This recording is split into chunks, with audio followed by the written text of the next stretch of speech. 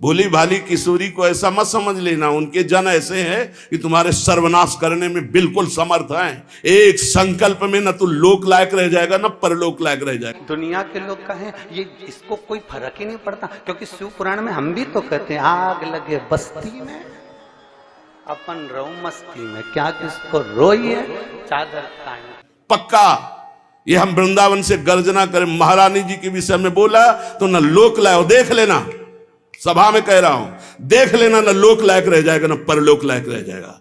जो श्री जी के विषय, श्री जी को क्या जानते, ये चापलूसी संसार वालों को तुम रिझा सकते हो, लेकिन कभी श्री जी के विषय में कोई ना बोले, देख लेना किसी काम का नहीं रह जाएगा। ये साप नहीं है, ये परिणाम बोल रहा हूं, माइक से बोल रहा हूं, चिल्ला के बोल रहा हूं, कोई नहीं बचा सकती। उनके सेवक ऐसे काल के भी काल महाकाल सेवक हैं, पीकदानी लिए खड़े रहते हैं श्री कृष्ण। ऐसे शब्दों का उच्चारण कभी न करे जिससे भावनाओं में ठेस पहुंचे। बहुत बड़ी ठेस पहुंची हमारी हृदय में, हमारी लाडली जी के विषय में नहीं। जानना है राधा तत्व को तो हम बोलेंगे नहीं, बैठ जा हमारे सामने जान जाएगा। श्रद्धा और विश्वास करके बैठ जा, हम बोलेंगे नहीं, केवल रोम रोम से तू जान जाएगा लाडली जी क्या है। बैठ तो तू आकर सामने। अब हजारों लोग बैठ करके सुनते हैं, कैसी बुद्धि मारी गई, इष्ट की अवहेलना सुन रहे हैं बैठकर। और ऐसों को भागवताचार्य बनाकर मंच पे बैठाल करके सुनने के लिए निमंत्रण दोगे ना कि पुरिखा तर जाएंगे तो पुरिखा नरक जाएंगे, ऐसों को बैठा लोगे तो। अरे कम से कम सोच समझ करके तो बैठा लो, और उन्हीं को तुम बेवकूफ कहो और उन्हीं को तुम गालियां दो। कैसे बुद्धि भ्रष्ट हो जाती है जब कुधान जाती है, दान में जब कुधान आता है तो उनकी कैसी बुद्धि भ्रष्ट हो जाती है। अपने को बड़े महापुरुष माना जाता है। कहते हैं प्रिया प्रीतम का विवाह नहीं हुआ। हमने राधा जी का विवाह भगवान कृष्ण के साथ भी वर्णन किया है कि ब्रह्मा जी की पूरी कथा सुनिए कि ब्रह्मा जी को जब श्राप लगा तो ब्रह्मदेव ने द्वापर में नारद जी के कहने पर भांडेर वन में जाकर राधा जी और कृष्ण भगवान का विवाह करा।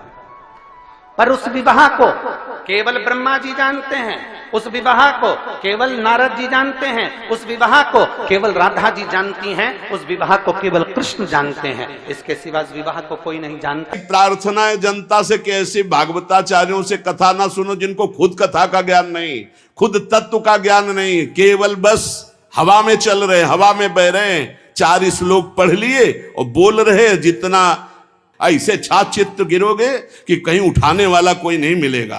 ये अंधा क्या देख पा रहा है, ये देख पा रहा है कि राधा कौन है, कृष्ण कौन है। तो भागवत को जानते भी नहीं है, भगवान की महिमा को नहीं छू सकते हैं, वो चले हैं प्रवचन करने और राधा किशोरी के विषय में। कौन ऐसा भागवताचार्य है जिसका भरण पोषण विश्वंभर भगवान के जस गायन से ना हुआ हो। आप उन्हीं की निंदा करोगे, आप उन्हीं की अवहेलना करोगे, आप उन्हीं का इस तरह से बर्ताव करोगे और अपने को तुम कहते हो भागवत प्रवक्ता। अगर परीक्षा ली जाए कि तुम अपनी पवित्रता कैसे करते हो तो उसमें भी सही नहीं उतरेगा। और ब्रह्मेश्वरादि सुदरूप पदारविंद श्रीमद पराग परमाद्भुत वै भवाया, श्री स्वामिनी जी के विषय में बोलने का अधिकार कहां से प्राप्त कर लिया। इसलिए हमें श्रोताओं से केवल प्रार्थना है, आप कभी ऐसी सभा में जहां भगवत चर्चा के विरुद्ध बात हो रही हो, स्वामिनी जी श्री राधा किशोरी या लालजू महाराज, चाहे वो राम रूप में हो चाहे सिया रूप में हो, हमारे ही प्रीतम है, अगर किसी भी भगवान की अवहेलना की बात हो रही हो तो उस सभा में गरज कर खड़े होकर विरोध करके चल देना चाहिए। नहीं तो उस सभा में बैठने के कारण भीष्म आदि के बाणों से छेदे गए शरीर, जिस सभा में भगवान की निंदा हो रही, प्रभु की अवहेलना हो रही, भक्तों की निंदा हो रही, ऐसी सभा में बैठने वाले के सुकृत नष्ट हो जाते हैं। उसको चाहिए या तो सभा का त्याग कर दे या बोलने वाले का मुंह बंद कर दे। पर प्रतिभा जी बैठी हुई है, हम पहले कथा करने आए थे उस स्थान पर, तो कहाँ बैठी है? ये बैठे। इन्होंने पत्र लिखकर कुबेरेश्वर धाम पर भेजा। उस पत्र में इन्होंने लिखा कि गुरुजी, आपने राधा जी के विषय में जो वर्णन किया उसके लिए लोग आपको अपशब्द कह रहे हैं, आप कुछ नहीं कहेंगे? कुबेरेश्वर धाम से इनको फिर मैसेज दिया गया कि जो भी चीजें प्रमाण की होती है वही व्यासपीठ से बोली जाती है। दुनिया के लोग अपशब्द कहें और अपन पलट कर अपशब्द कह दो, अपन शब्द पलट कर कह दो तो उसमें श्रेष्ठता नहीं है, उसमें श्रेष्ठता नहीं है। जिसने पढ़ा ना हो ना, वो इस तरह की बात करते हैं।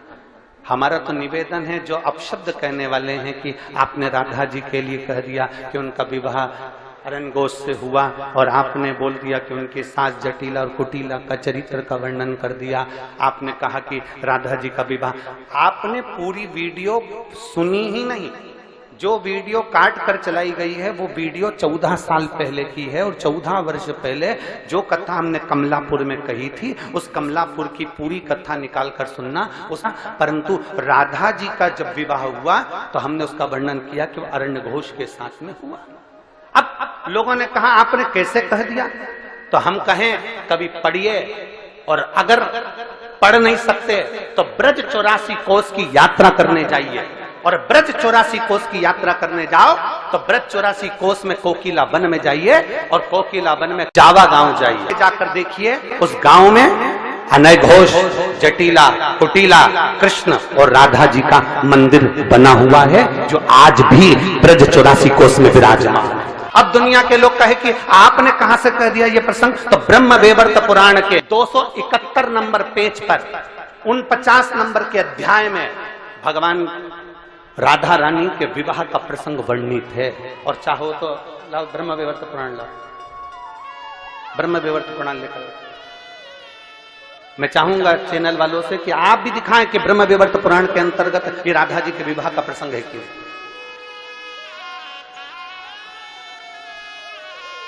गीता प्रेस गोरखपुर की ब्रह्म वैवर्त पुराण, पृष्ठ संख्या 271,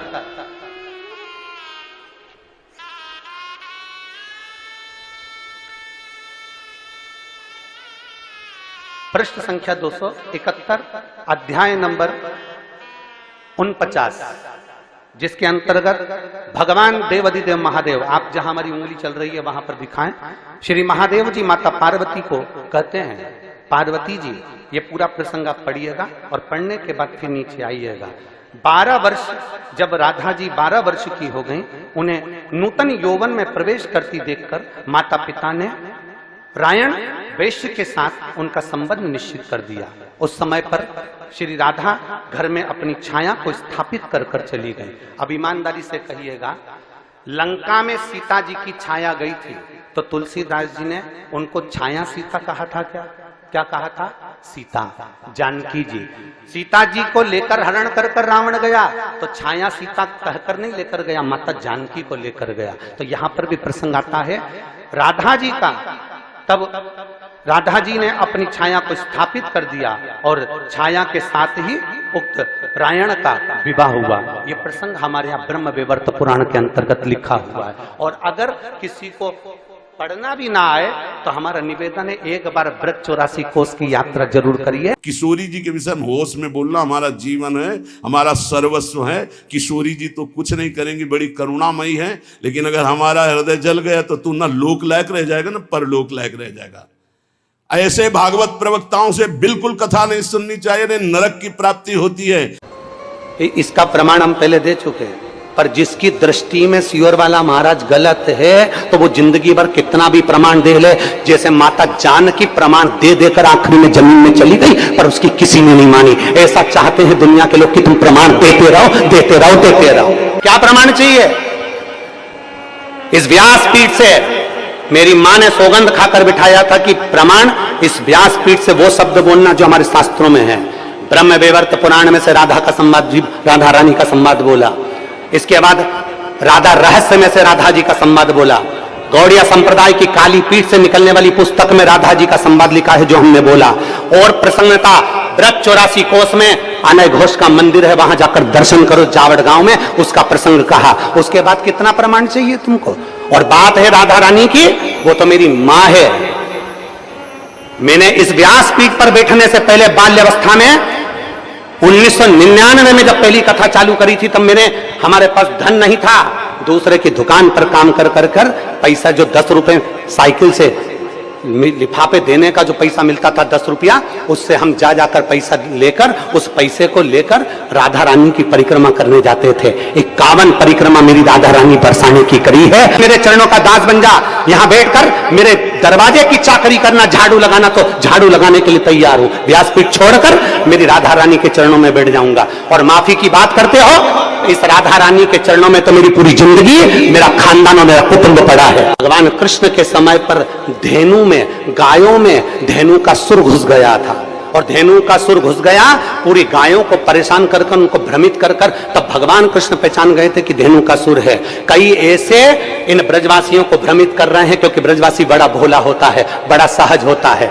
हमने हमारी जिंदगी की जितनी परिक्रमा करी गोवर्धन नाथ जी की, उस परिक्रमा में 1 रुपया भी हमने कभी ब्रज के अंदर पैसा खर्च कर कर नहीं। हमने नियम लिया था कि ब्रज में जितनी परिक्रमा करेंगे ब्रजवासी से मांग कर करेंगे। मेरे गोवर्धन नाथ जी की परिक्रमा में जितने ब्रजवासी रहते हैं, सब पहचानते हैं सीवर वाले को, कि बचपन से परिक्रमा करता है। जब चड्डी पहनता था हाथ, उस समय से परिक्रमा करता था, और ब्रजवासियों से 2 रोटी मांगकर खा लेता था। मेरे ब्रजवासी इतने भोले होते थे कि बिठाकर छाछ भी पिलाते थे। आज उन ब्रजवासियों में कुछ लोग ऐसे घुस गए हैं जो इस शिवपुराण का विरोध करना चाहते हैं, इस व्यासपीठ का विरोध करना चाहते हैं, प्रदीप मिश्रा का विरोध करना चाहते हैं। वो लोग राधा रानी की आड़ में बदनाम करना चाहते हैं, और ब्रजवासी इतना भोला है कि वो समझ नहीं पा रहा। आप कहो जिस दिन राधा रानी के चरणों में आकर दंडवत कर लूं, आप बोलो जितने दिन तक राधा रानी के चरणों में पड़ा रहूं, मेरी मां है वो, उससे मेरा बैर नहीं है। जो कुछ बोलूंगा प्रमाण से बोलूंगा, बिना प्रमाण के कुछ नहीं बोलूंगा। और जिस जिस महाराज को प्रमाण चाहिए, कुबेरेश्वर धाम खुला पड़ा है, आ जाओ और प्रमाण लेकर जाओ।